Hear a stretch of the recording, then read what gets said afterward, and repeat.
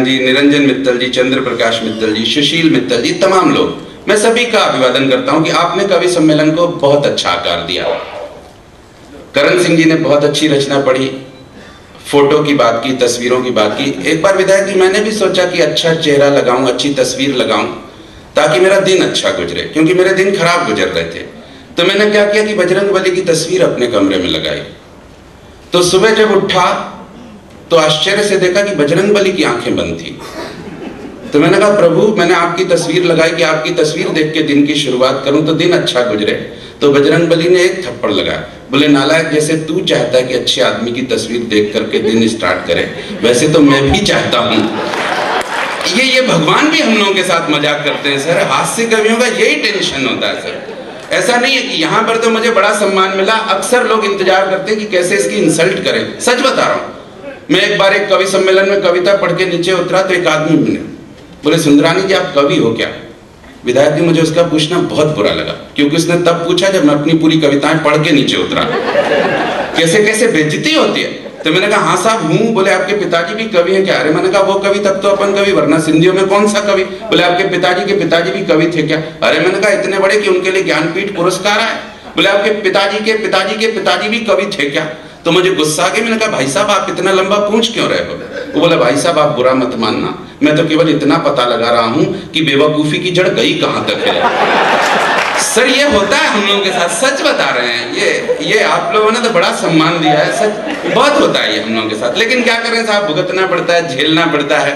आप लोग प्यार देते हैं तो बहुत अच्छा लगता है। ये अनिल चौबे बहुत प्यारा आदमी है, बहुत प्यारा आदमी। ये कहता था कि यार अनिल, यार सुंदरानी जी क्या बताऊं, जब मैं घर जाता हूं तब जाकर के पत्नी खाना खाती है। विधायक जी मैंने बधाई दी, मैंने कहा बहुत अच्छे, इस कलयुग में ऐसी पत्नियां मिलती कहां कि जो पति के आने पर खाना खाए। अरे बोले ऐसी बात नहीं, जब जाता हूं बनाता हूं तब वो खाती है।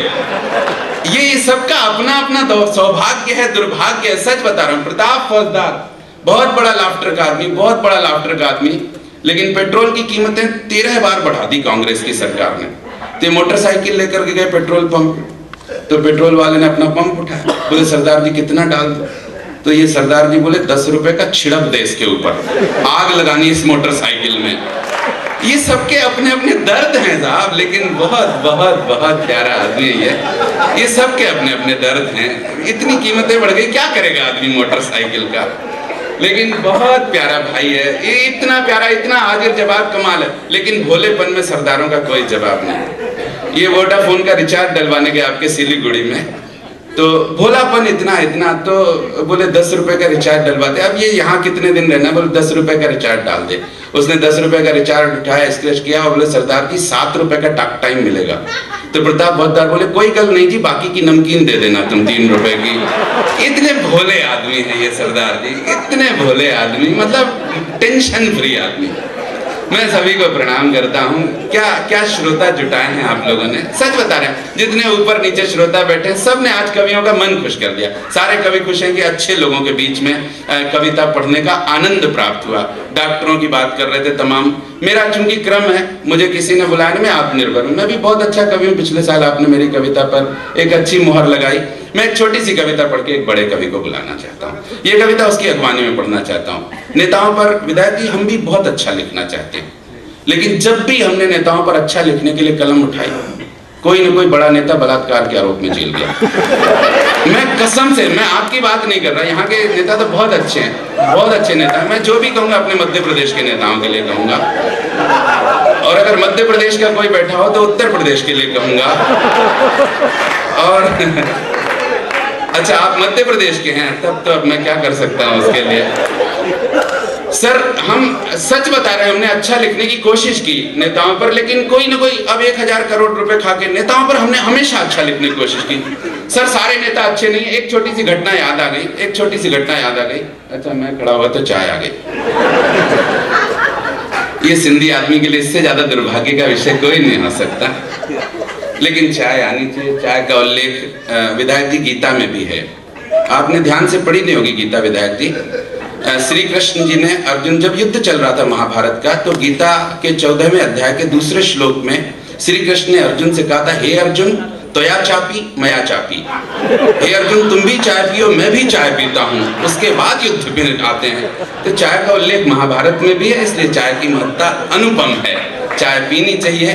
एक चाय का उल्लेख है। मैं एक छोटी सी कविता, मैं कह रहा था कि सारे नेता ऐसे नहीं है पिताजी, कुछ नेता अच्छे भी हैं। रामपुरिया का अच्छे हैं, उनमें शायद इतनी अक्ल या उतनी तमीज नहीं है। मैं एक छोटी सी घटना बताता हूँ, आप बिल्कुल टेंशन ना लें, क्योंकि जिनके पास दिमाग होता है वो टेंशन लेते हैं।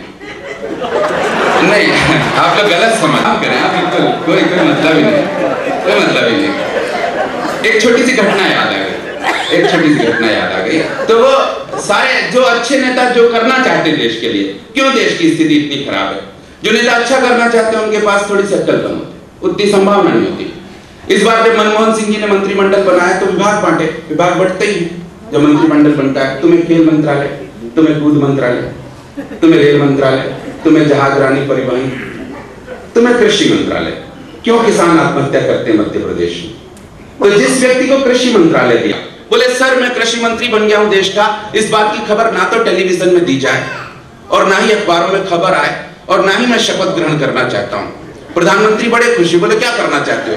बोले सर मैं मंत्री बनने से पहले, खबरों में आने से पहले मैं सीधे गांव में जाकर किसानों की हालत सीधे जानना चाहता हूं। प्रधानमंत्री बहुत खुश हुए कि मंत्रिमंडल में कोई व्यक्ति तो ऐसा है जो बिना खबरों में आए, बिना अखबार में आए, टेलीविजन पर न्यूज फ्लैश किए बिना, शपथ लिए बिना किसानों की हालत सीधे जानना चाहता है। प्रधानमंत्री ने इजाजत दे दी। जो व्यक्ति कृषि मंत्री बना था वो सुबह सुबह एक छोटे से गांव में, एक छोटे से खेत में पहुंचा। किसान सुबह सुबह खेत में काम कर रहा था। कृषि मंत्री बने हुए उस व्यक्ति ने उस किसान से पूछा, भाई किसान कैसी है तुम्हारी गन्ने की फसल? तो वो किसान कृषि मंत्री के पैरों में गिर गया, बोले वाह साहब मेरे तो नसीब खुल गए, भाग्य जाग गए, सुबह सुबह देश का कृषि मंत्री साक्षात मेरे खेत में। तो सर कृषि मंत्री हैरान रह गया, बोले ना तो अखबार में न्यूज आई, ना टेलीविजन पर न्यूज फ्लैश हुई, ना मैंने शपथ देश का कृषि मंत्री हूं। तो किसान ने भोलेपन से जो जवाब दिया, कहीं आपके कलेजों में ठक से लग जाए, तो तालियां ऊपर से नीचे तक यहां तक आ। उस किसान से पूछ ले, भाई किसान तेरे को पता कैसे चल गया कि मैं देश का कृषि मंत्री हूं? तो उस किसान ने बड़े भोलेपन से जवाब दिया कि सर जी जब आपने सुबह सुबह यहां आकर मेरे खेत में मेरे गेहूं की फसल को गन्ने की फसल बताया,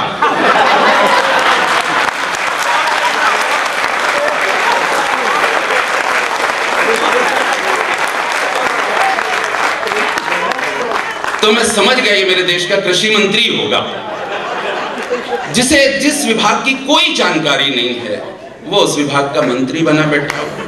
और क्रिकेट ऊपर से देख रहे हैं, क्रिकेट का काम ऊपर से देख रहे हैं। इसलिए हमारे देश की ये स्थिति है साहब। क्या करें साहब, हमें तो झेलना पड़ता है, भुगतना पड़ता है। क्या करें, हम अच्छा लिखना चाहते हैं सर, हम बहुत अच्छा लिखना चाहते हैं। कनॉट प्लेस दिल्ली में बम विस्फोट हुआ, मैं बड़े कवि को आवाज देना, कनॉट प्लेस दिल्ली में बम विस्फोट हुआ।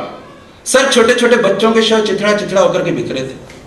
एक महिला का हाथ कट के गिरा था, वो शादियों वाला कंगन वंगन सब पड़ा हुआ था उस वक्त तत्कालीन देश के गृह मंत्री को बयान देने के लिए बुलवाया गया था। माफ करें, शर्म आती है कि गृह मंत्री उस वक्त, जिस वक्त रोते हुए माता पिताओं को एक मजबूत कंधे की जरूरत थी जिस पर सर रख के वो रो सके, अपना दर्द बयान कर सके, उस वक्त हमारे देश के तत्कालीन गृह मंत्री अपना सूट बदलने के लिए चले गए थे ताकि टीवी पर उनका सूट अच्छा दिखे। ये हमारे देश के कैसे लिखे सर हम अच्छा, कैसे लिखे हम अच्छा उनके बारे में? तब एक कवि ने टूटे हुए मन से 4 पंक्तियां दी कि 1 अरब की भीड़ न दे। कहीं रामेंद्र दा ने लिखा उस स्थिति के बारे में कि 1 अरब की भीड़ न दे मां, एक झांसी की रानी दे दे। 1 अरब की भीड़ न दे मां, एक झांसी की रानी दे दे, दे दे, या राणा शिवा प्रताप सा राजा हिंदुस्तानी दे दे। और कुछ भी ना कर पाए तो इतना करना मेरे मौला, इन बेशर्मों को मरने को बस चुल्लू भर पानी दे दे। इन बेशर्मों को मरने को बस चुल्लू भर पानी दे दे। क्या करें साहब, हमारा